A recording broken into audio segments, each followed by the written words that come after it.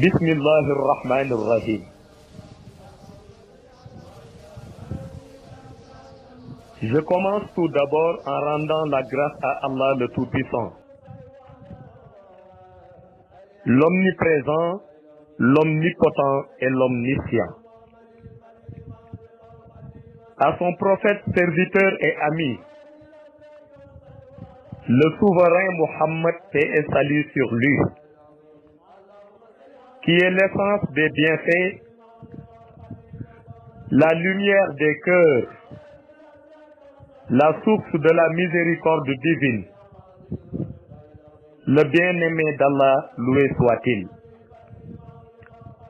À son serviteur, fils spirituel du prophète Mohammed, le détenteur des secrets de l'univers, l'intermédiaire direct entre le prophète de l'islam et les autres prophètes, la source du pouvoir absolu, l'essence des mystères, le pourvoyeur des lumières, le dirigeant du gouvernement d'Allah, le calife de Al-Bast, je voudrais nommer son excellence, Mawlaya Cheikh Ahmed ibn Muhammad, Tijani Sharif, radiyallahu ta'ala anhu. Mes chers frères, je voudrais vous faire part de l'histoire d'une lumière qui s'est propagée dans les cœurs et les âmes par la grâce de Cheikh Tijani Sharif. La Salatul Fatiha tire son originalité dans la source sacrée de Al-Bast. C'est une lumière vivifiée dans sa forme métaphysique par Allah, le créateur des êtres. Cette lumière était représentée comme une forme d'étoile dont chacune de ses 5 branches était habitée par un uluhiyat, c'est-à-dire un scintillement de la lumière divine.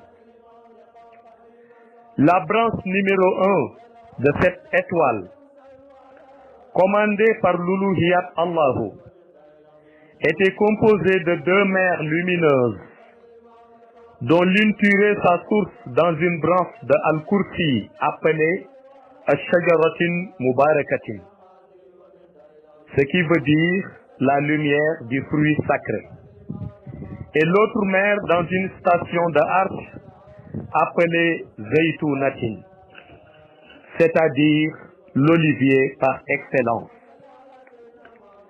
À l'intérieur de cette branche lumineuse étaient assis 10 milliards de malaïkas, entourés par un cercle de clairons de 201 nawamis,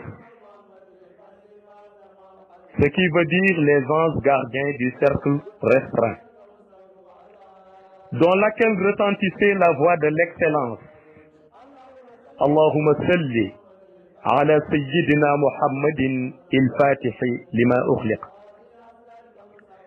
Cette lumière que dégageait cette branche constituait une boule de lumière qui submergeait la mer lumineuse de Al-Bast, appelée Bahrul Kanzi. Dans la deuxième branche de l'étoile, on pouvait voir une gigantesque torrent de lumière qui emportait avec lui les 313 prophètes envoyés.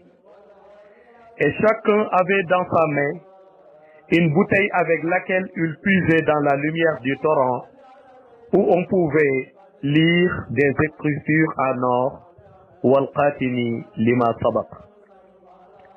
Cette lumière se déversait sur une mer dont ses eaux sont composées de 25 milliards de rayons lumineux. Chaque rayon est tenu par un ange qui chantait les gloires du prophète Mohammed en ces termes.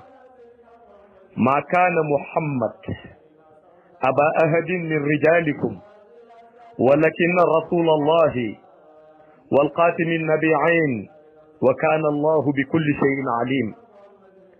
Et ces sons résonnaient dans tout l'univers de Al-Bast, où on pouvait apercevoir à chaque mélodie la face cachée d'Allah projetait une lumière vers le sommet de sa case. Dans la troisième branche de l'étoile se trouvait un appartement de 300 chambres et dans chaque chambre retentissait le zikr Al-Nasiril Haqqi Bil Haqqi. 30 malaïkas étaient assis dans chaque chambre et leur voix surplombait toute l'atmosphère de Al-Bast, dans laquelle on pouvait voir le nom du prophète Mohammed écrit en or sous le pseudonyme de Seydi Ahmed. Dans la 4e branche de l'étoile circulait un ange qui avait dans ses mains 3000 pièces de métal en or. Et dans chacune de ces pièces de métal, on pouvait lire une lettre écrite en diamant Wal-Hadi ila siratikal mustaqim. Des anges au nombre incalculable sortaient de ces pièces, d'où s'étaient nichées une vingtaine de mers lumineuses aux couleurs rouges qui prenaient leur source dans un horizon de Al-Bast appelé Nourou Rahmati, ce qui veut dire la lumière de la miséricorde. Dans la 5e et dernière branche de l'étoile, on voyait une montagne de lumière qui tournait autour d'un puits. Il y avait au-dessus du montagne un homme d'une vingtaine d'années qui était assis en train de regarder un phénomène étrange. Cet homme était Mohammed Damraoui. 10 000 anges faisaient comme se laver dans le puits et sortir. Ensuite, un autre nombre incalculable entrait à leur tour et puisait ensemble l'eau du puits qui ressemblait à une lumière verte qu'on pouvait entendre chanter wa ala alihi haqqa qadrihi wa miqdarihi al-azim. On voyait l'étoile vibrer avec ses 5 branches au rythme des anges qui entonnaient en chœur la même chanson que la lumière. Un homme d'une 60aine d'années, au visage rayonnant, me disait: voici une salat qu'aucun des êtres ne pouvait réciter sans que son cœur n'explose. Et c'est là que je vois un homme étrange sorti d'un tunnel qui longeait le paroxysme de la case, entouré par 5 différentes mers lumineuses, dont chacune prenait sa source dans un lieu différent de l'autre. La première mer prenait sa source dans la mer de la lumière divine appelée Bahrul Uluhiyat. La deuxième prenait sa source dans la mer de la prophétie appelée Bahrul Nabawiyat. La troisième dans la mer de la lumière appelée Bahrul Miftah. Le quatrième dans la mer de la pureté appelée Bahrul Kunuz. Et la dernière dans la mer du pouvoir appelée Bahrul Kanzi. Cet homme dirigeait vers le sommet de la case. Il avait l'apparence humaine, âgé de 40 ans. La lumière ruisselait de son front. Ses beaux cheveux étincelaient. Sa démarche était rapide. Il avait l'air d'une personne de caractère exceptionnel. L'odeur de parfum que son corps dégageait était plus délicieux qu'un musc.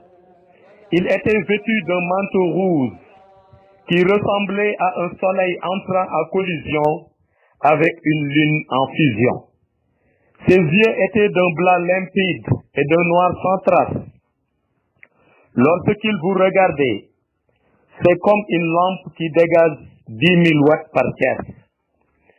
Il avançait d'un pas assuré et arrivait près de l'étoile avec ses 5 miraculeuses branches.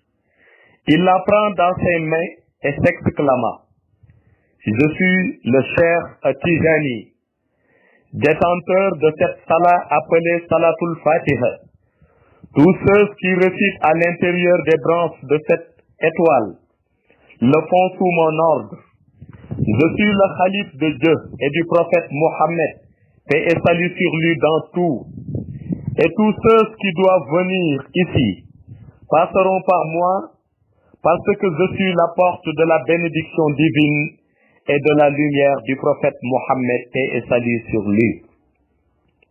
C'est en ce moment qu'un homme qui avait une 60aine d'années sort de la case et dit, par la lumière divine, tout ce que cet homme a dit relève de la véracité divine.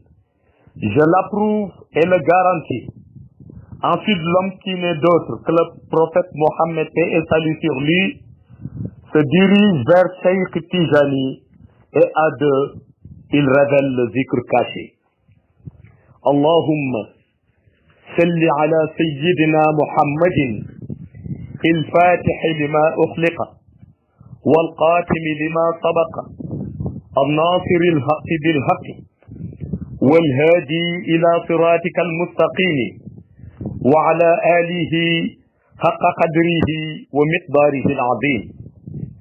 C'est ainsi qu'une gigantesque boule de lumière éclate l'étoile en 5 morceaux, dans lesquels on pouvait lire.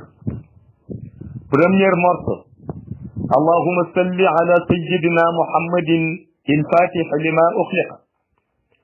Deuxième morceau, Allahumma salli ala sayyidina Muhammadin والقاتم لما سبق.